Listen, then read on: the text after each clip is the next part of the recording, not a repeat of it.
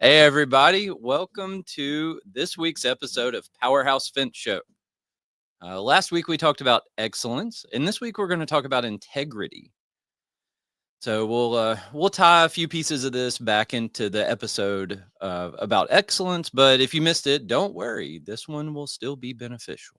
So you can go back and listen to that one after you get done with this one.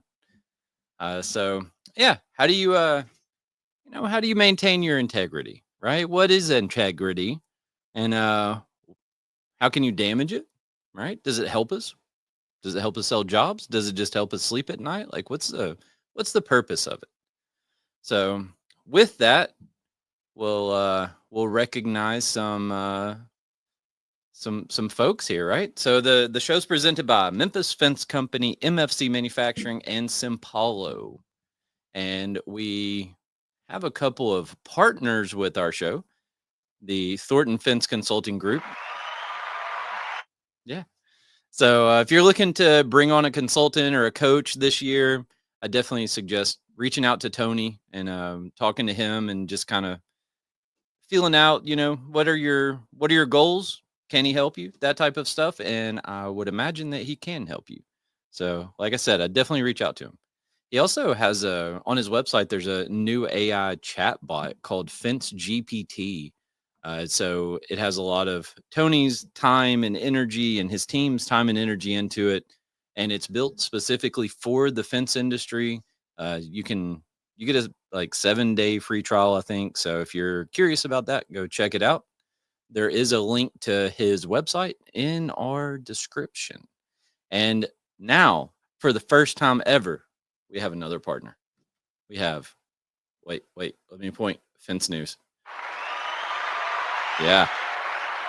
So Fence News has been around for my entire life, and I feel like is a part of this industry. And they're everywhere. Any event that I've ever been to, I believe they were represented at. Great fence industry publication. You can still get it on paper. It's the big giant magazine. And I mean, Pete and Jake is probably worth subscribing in itself, even if you don't read the rest of it. So go check them out. Their website is also in the description. So we are live. Yeah, there's a phone number, right? There's a phone number scrolling on the bottom of the screen, 901-878-4987. If you want to call in and talk to us, you can call that phone number and we'll say hello and maybe answer some questions or whatever you need. Try our best. So thanks for listening. I appreciate everybody that tunes in and everybody that comes and spends time hearing what I have to say on a weekly basis. It's a pretty weird concept to think every once in a while I have this realization like people listen to me talk. And that's interesting. So thanks for being there. Thanks for listening. I appreciate you. And if you feel so inclined, maybe give us a rating or a like or a review or, share or something along those lines and just kind of help spread the word of the show.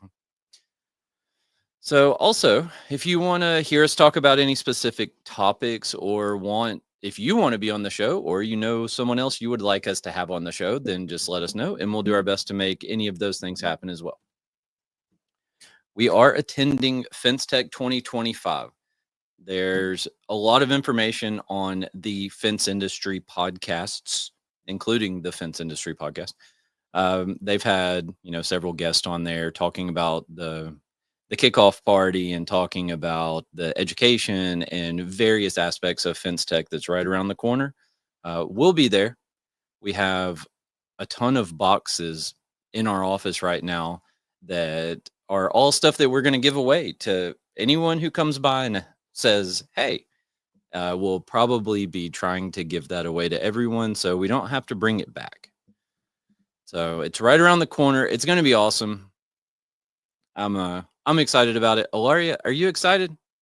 Yes, I'm always excited to go to Fence Tech. Yeah, it's a good time. Yeah, it's fun. It's a lot of work. It is a lot of work. It's a very unique experience trying to be an exhibitor, and Ilaria's running around trying to gather content. And we're every once in a while we'll give someone a demo of Simpalo and try to sell that. So there's a lot of stuff going on. It's a lot of work, but it's a lot of fun too. I Yes, enjoy it. a lot of people. It is a lot of people. There's I don't I mean, it's a very unique place where you can go and there's thousands of people that are in the fence industry in the same building.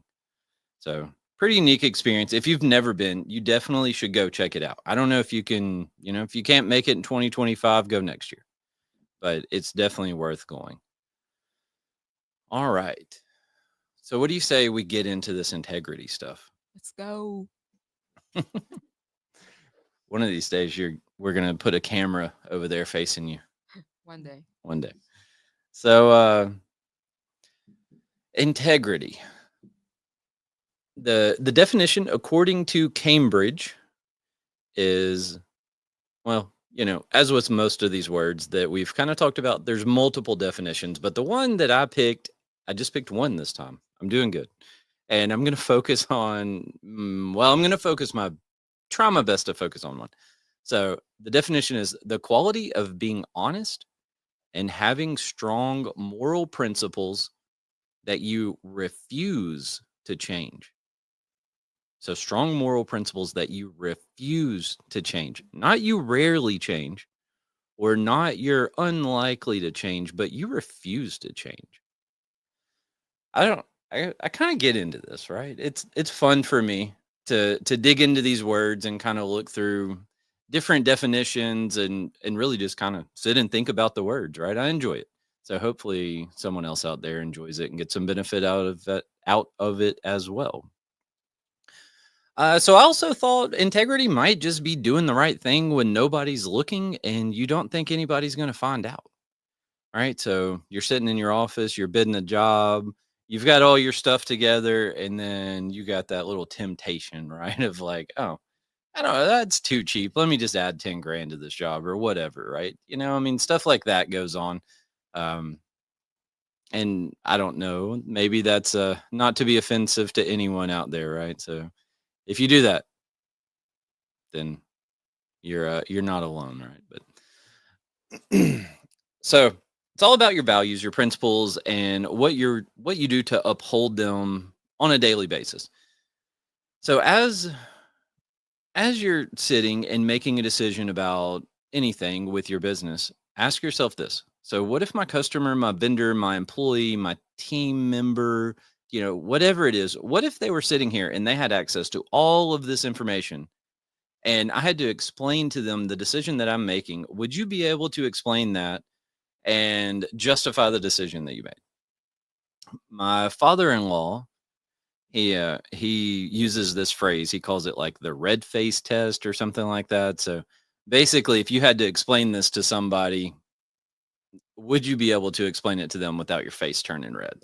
And he normally uses that one on me when it comes to me trying to operate in gray areas here and there with accounting practices and things like that, right? So I don't I try to toe the line, but I try not to cross it, and hopefully that makes sense. So he'll just say, "Yeah, I think we can pass a red face test on that one." So that's kind of what it means, right? And I think that goes back to your integrity thing and to your decision that you're making when nobody else is around.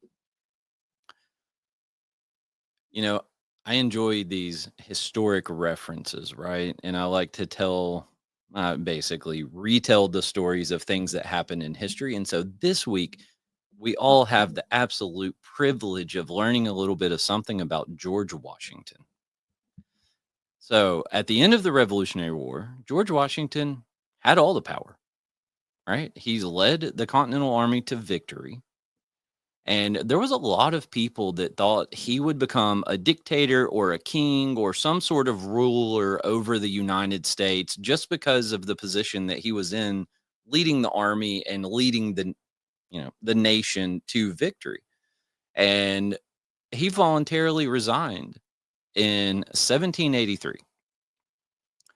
He was then elected to serve as the first president from 1789 to 1797. And at the end of that, he stepped down. So there were no term limits then, right? The term limits didn't come around until 1951 when FDR he died in his fourth term as president. And that's when, so after that, a couple of years, they put the 4-year term limits in place. But so when King George III heard that George Washington was going to relinquish the power, the leadership role in the United States, he's quoted as saying, if he does that, he will be the greatest man in the world. So he put his principles and his morals over his own personal game. He let go of the power and the control because he thought it was best for the greater good. And his decision later shaped the future of American democracy, just the same as all of our integrities can shape the future of our company. And that's it. That's the whole history lesson for today. So one thing that I always try to do is I try to bid jobs ethically and to the best of my ability. So when I sit down and I look at a job and we're working through it, and if you've listened to the show more than once, you've probably heard me say this before. I kind of think through the process of installing a job and try to think, well, is this fence going to be installed on concrete? What's the grade like? What's the access to the site like? And I try to gather as much of that information as I can. Stuff that if you just looked at the plan, whatever sheet with the fence drawing, then you normally wouldn't see all of that stuff on the same page. Sometimes you'll see concrete on the same page. You might be able to tell, hey, this is going through, down a concrete slab or through asphalt or something like that. But you're normally not going to see grades on that same page. So I'll kind of take an extra step there and I go look, and I'll go ahead, and if their grade is crazy, then I'm just going to add the terminals that I think I would need or that it looks like it needs to complete the job. If there's concrete there, I'm going to put money in there to core drill all the holes. Depending on what it is, we might do it ourselves. We might subcontract it. But yeah, so I'm going to go ahead and I try to include that stuff at the beginning. Now, if you don't want to just put it in the same lump sum number and just jack that price up and up and up, you could have another section down below that's, something like the added requirements for construction or, something along those lines, and just itemize those things out. Core drill, X amount of dollars. I don't remember what else I said, but extra terminals, right? Because of the grade, you could separate those out. And if you think that that base number is going to get you on par with what other people are doing, well, then you've already included it in there, right? So you're kind of saying yeah, this is the way it's drawn, but these are the things that you're going to have to do to actually complete the job. You've got them itemized separately. That way it's on your proposal. If you do get to contract and submittals and start going down that process, well, it was included when I bid the job. It's a little bit easier of a conversation than showing up on site and saying, oh, crap, we need to core drill this. And no matter what you do, sometimes those surprises happen, right? But I believe that there's people in the world that do that intentionally, and they know that something's going to be required, but they're like, oh, it's not on the drawing. I'm just bidding it that way, and I'll give them a change order so we can actually do the job. I tried not to do that. So I have some real earth-shattering information. So everybody prepare yourself. This is really going to blow some minds out there. It's easier to build it right if you bid it right. You're probably going to be less likely to try to cut corners if you included all the stuff on the front end.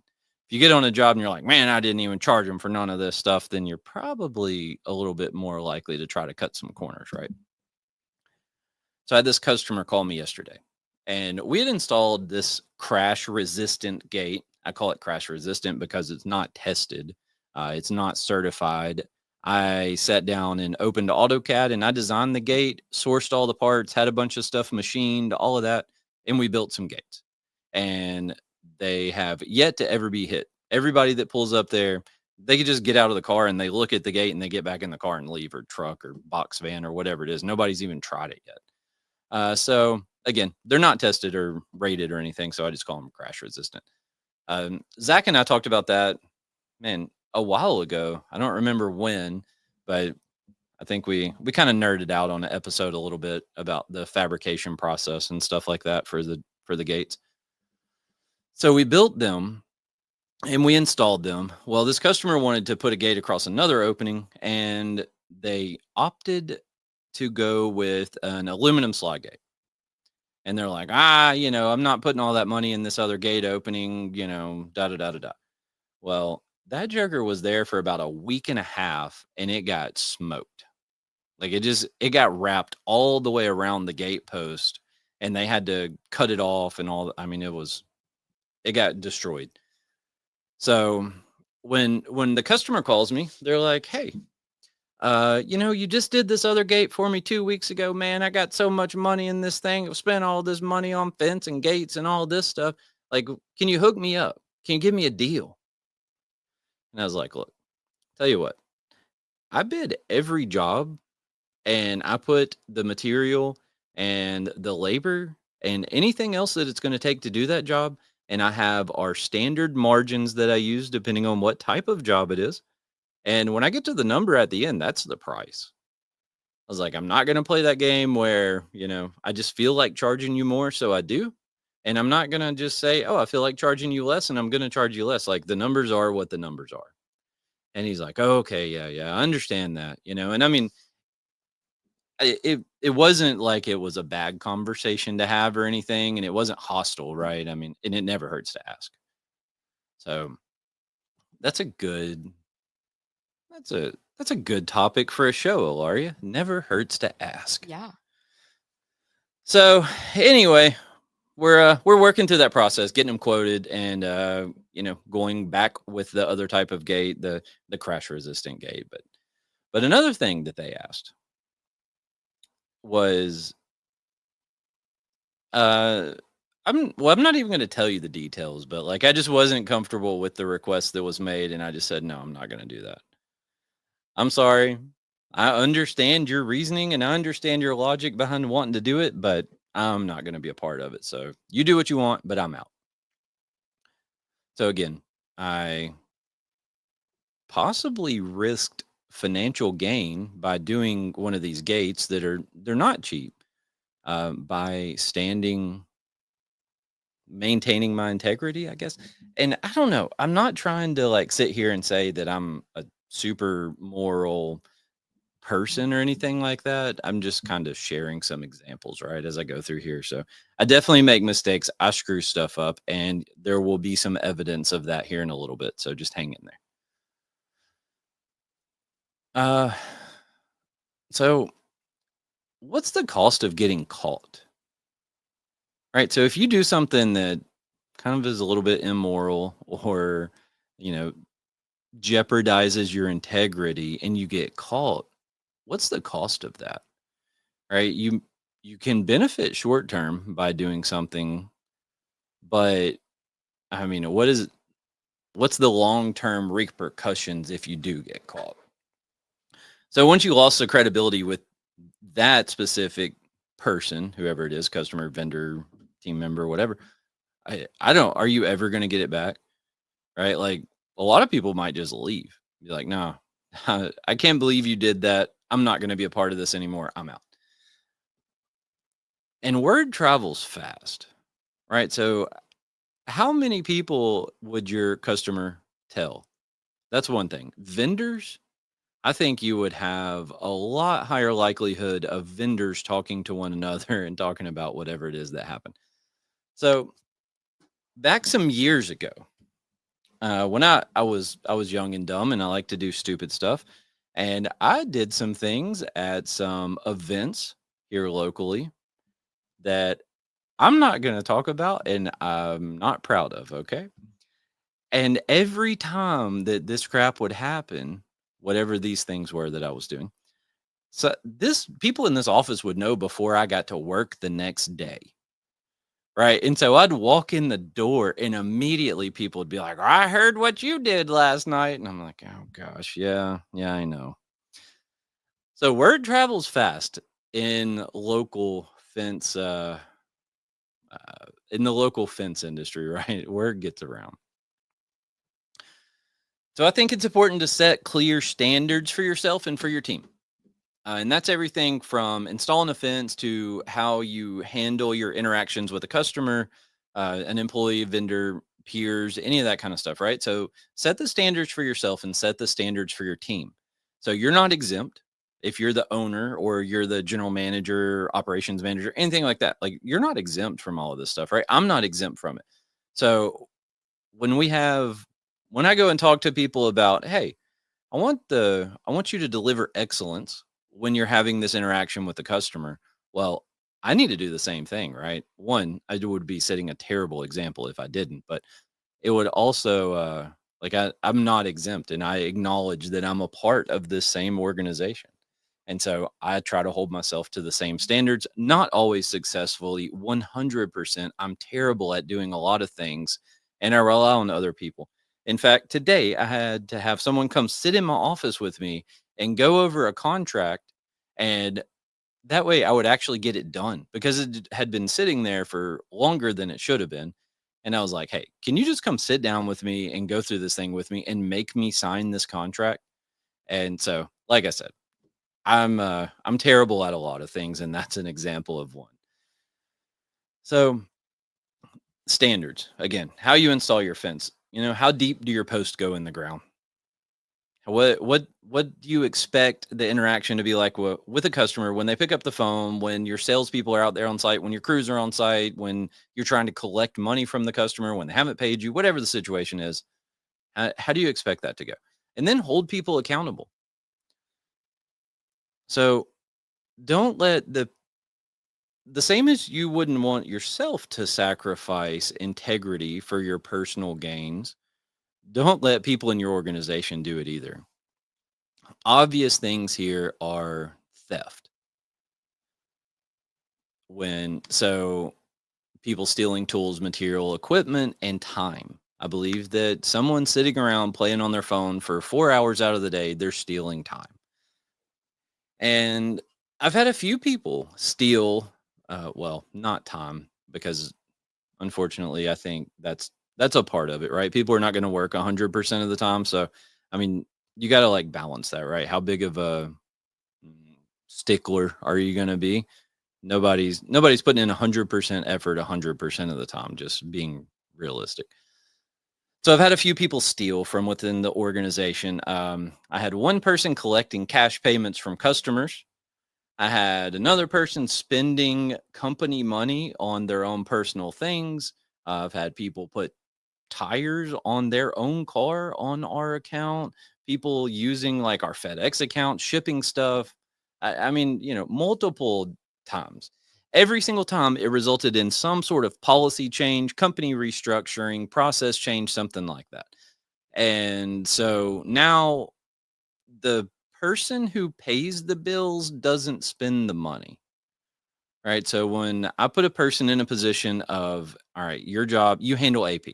All right. So you get the bills, you enter the bills, you verify everything, you write the checks to the vendors. You do not have access to a credit card or purchase orders. So I try to keep those things separated. Right. So now, no matter what, if a person goes and puts tires on their personal vehicle, there's somebody else that's going to look at it. It's not the person in the same position. Um, with the whole collecting cash payments from customers, if you have one person collecting the money and signing the contracts and another person managing the installation, then there's a barrier, right? So one person is not doing it all. And then you have another person at the end of the job who's submitting a bill. So even if you got the same person signing contracts and managing crews, like you still have another person who's billing it. So just kind of putting those checks and balances in place has been a lot of that stuff we do is the result of people having done crazy things here. It's like those big contracts you sign, right? It's always, oh man, all of this stuff is a result of some situation something that happened somewhere.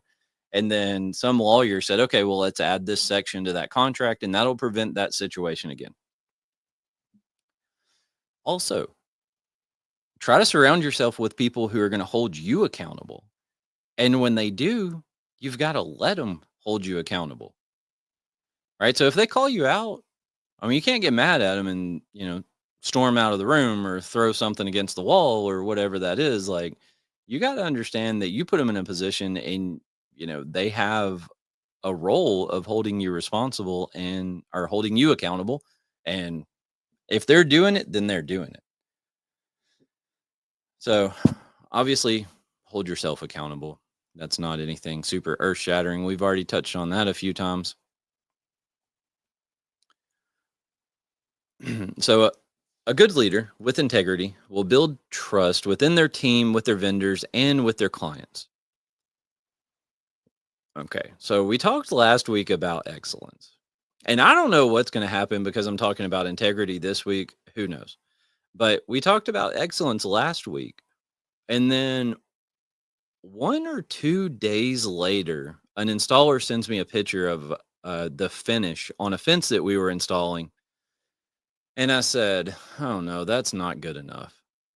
And so I sent a picture of it to the vendor and I said, this is not good enough. And so we kind of, over the course of the next 24 hours, went back and forth with the vendor and was like, hey, what are we going to do about this? What are the options? And kind of ironed all of that out on the front end. And I tried to have answers for a few different scenarios before I called the customer. So then I called our customer and I said, hey, look, here's what's going on. I saw the fence that's being installed today. The finish on it is not what I want you to have. And I think I even started off with like, hey, this might not be an easy conversation, but it's one that I have to have in order for us to deliver what I want to deliver. So we started going through and talking about how I wasn't happy with what was there. I don't think it was right. And by this point, the vendor had even told me, like, if you leave it out there, it's not going to be covered by warranty. You need to stop what you're doing and let's replace it. So when I went to the customer, I was like, got a bit of bad news. It's going to set us back a couple weeks for us to come in, remove everything that we've done and start over. So that's we were working yesterday and today. We've been out there removing fence. It was about 600 feet of fence that was uh 600 feet of ornamental fence that was partially installed, and we're out there removing it right now. So that was a fun time, and I had no idea. I knew nothing about that when we did last week's excellence episode, but that was that came right out of the woodworks and said, "Oh yeah, you want to talk about excellence? What are you going to do?" And so it's definitely costing us money. Right. So the vendor has agreed to pay us like the raw labor cost to remove the fence and to, get back to where we are now or where we were when we started the conversation, whatever technicality. And, but that doesn't account for like my overhead. That doesn't account for, lost revenue and all of these other things. So it's definitely costing us money too. It sucks. I don't like it. Now, here's where we're responsible for that is that it should have never gotten to where it was. So we should have caught that before we started setting posts in the ground and said, whoa, whoa, whoa, wait a minute. Like, we don't need to put this in. And in the defense of the installer, it was a bit progressive, right? So if you go and you look where they started, it was like, those are a little bit off. But then you get further and further along, and it's like they progressively just got worse. And then all of a sudden you're looking at one and it's like, holy cow, what is going on? So like I said, not trying to make excuses or anything, but I could kind of see how, I mean, I went out and I walked the site a few times and I saw how it progressed and how it got worse and worse as it went along. And that's how we wound up in the situation that we were in, but we're owning it, right? We owned it and we did what we could and went through the proper channels and all that stuff. And I think it's going to work out. And I think that leaves a lot better taste with a general contractor or with a customer than it would if we got caught. I mean, imagine if we were done and that stuff got brought up on a punch list and like they're trying to walk away from the job. And now we're out there like, oh crap, we got to order more material. We got to tear the whole fence out. We got to start over. Like, I mean, that's a lot worse situation to be in than the one that we were in. So I always try to tell people when you see a problem, the earlier you can catch that problem and the earlier we can start working on that problem, generally the cheaper it is. Right. So if we had set 7 posts, then it would be cheaper to replace them than if we had set 70. Right. Pretty, pretty basic concept there, but it's those things that I feel like people just don't think about sometimes. I mean, if you're not in the position where you have to think like that or where you're looking at financials and stuff, then you might not think like that. I don't know. But anyway, that's what I try to tell people is like, man, as soon as you see something wrong, like let's stop, let's address it, let's figure out what we're gonna do, and then we'll go in one of multiple directions, right? We might keep going, we might back up, we might tear it out, we might clean it up, we might do whatever. So I think the relationship with the contractor that we're working for probably benefited from us calling ourselves out. And also by us calling ourselves out and having the answers. So my next point, install the job right. So don't cut corners. Like I said earlier, if we if we get if we bid the job right, it's a little bit easier to do the job right. So if we cut corners when we're bidding the job, rush through it, ignore things, don't know, like whatever that is. If we kind of cut corners on the front end, then when we get out on the job site or when we start ordering material or we start getting closer, we're going to want to cut corners then too. Because now we're like, oh, wow, we got to make up some money.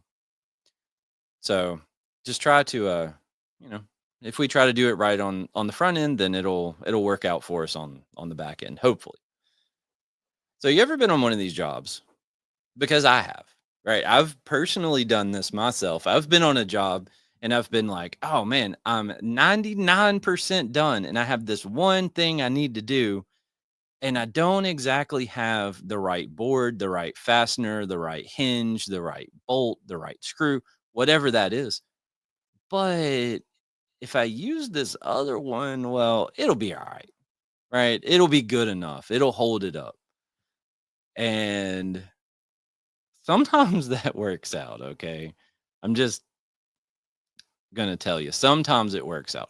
I once had a mechanical keypad on the outside of a gate, panic bar on the inside.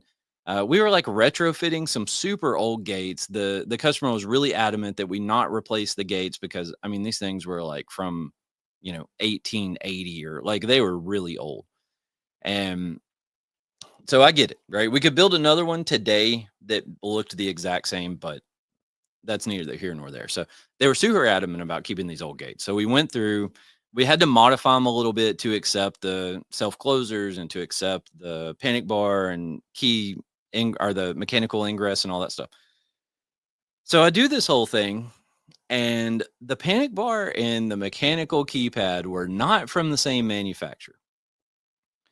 And it was when you put in the code, man, you really had to crank on that handle to get the gate to unlatch, right? So it wasn't like a normal door where you could just kind of just turn it to a reasonable angle and it would open. I mean, you really had to turn that joker to get it to open. And so come to find out there was some slop in there, right? The two pieces didn't fit exactly together. So it was a little bit loose. And when you were turning it, just that slop allowed for that little extra motion that made it really hard to get it turned far enough. And so me saying, "No, I'm finishing this today." Oh man, I'm a little bit ashamed to even talk about what I did. But I did it and here I am. I own it.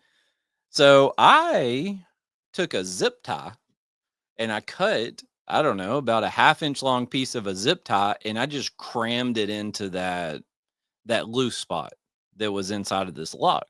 And it worked, right? The lock worked like you would expect after cramming my zip tie in there. I knew it wasn't the right way to fix it, but I also knew that it got me done with that gate and on to the next thing. And it lasted for maybe a month or two. And I think the zip tie fell out. And I think we had to go back out there and put it back in again. Like, oh gosh. And then it fell out, like it stopped working again. And so eventually we had to have a part machined that actually fit in right and everything worked from that point forward. But there I am. Like I said, I'm definitely not a saint, right? And so most of these things I'm talking about, I can tell you some story that goes along with them.